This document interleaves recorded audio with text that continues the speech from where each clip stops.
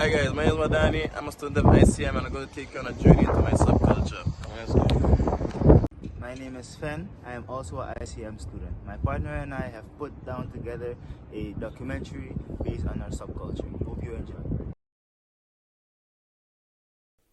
This subculture was founded in the land of Suriname. Suriname is located in South America, and Suriname was colonized by the Dutch hundreds of years ago. In the flag from Suriname, you can see the vibrant colors which displays their attitude. Surinamers made their way to Netherlands in the early 1900s. So to have a clear understanding of how this subculture is and their insights and their values, we had to make our way to the club Toekomst, the Cafe Toekomst in the city of Rotterdam. For the whole semester during this project, I came to this cafe every week to make observations of how far this subculture is and how far I am in adapting to their ways of life.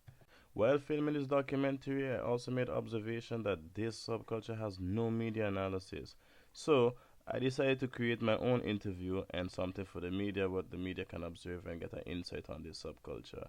I decided to interview the two leaders of this subculture, Mr. Rosenblad and Mr. O'Brien.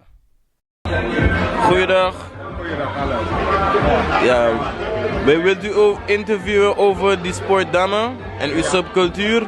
En we willen weten als u kan uzelf voorstellen. Ja, ik word hier OB genoemd. Oké. Opvolging van O'Brien. Oké. Ja? Ja. Dus daarom noemt iedereen mij OB. Oké. En iedere week komen we hier dammen. Oké. Dus maandag, dinsdag, bijna elke dag. Oké. En meestal speel ik met Rosie. Meneer Rosie. En ik speel meestal twee partijen. Twee partijen? Ja, dat is meestal internationaal. Oké. Internationaal speel je altijd twee partijen. Oké. Of je verliest 2-0, of je speelt 1-1.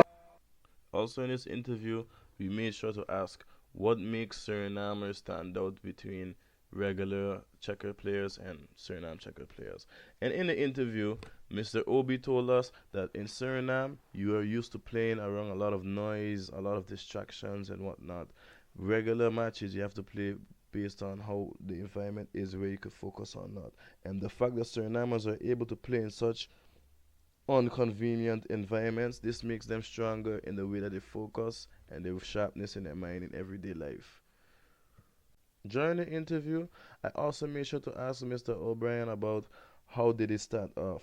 He made sure to let me know that they started off playing checkers from small at a certain checkers club. They had a youth checkers club, and from the youth checkers club they grew older and they made it into a stichting, which is also known in English as an establishment.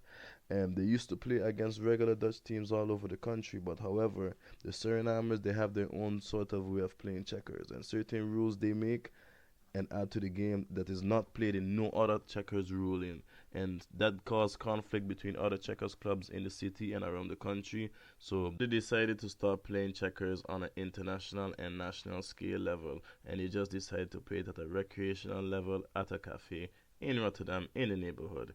In this neighborhood, they all live together as one, and they share one unity and one brotherhood due to the fact that they have the same ethnicity and they share the love for the sport of checkers.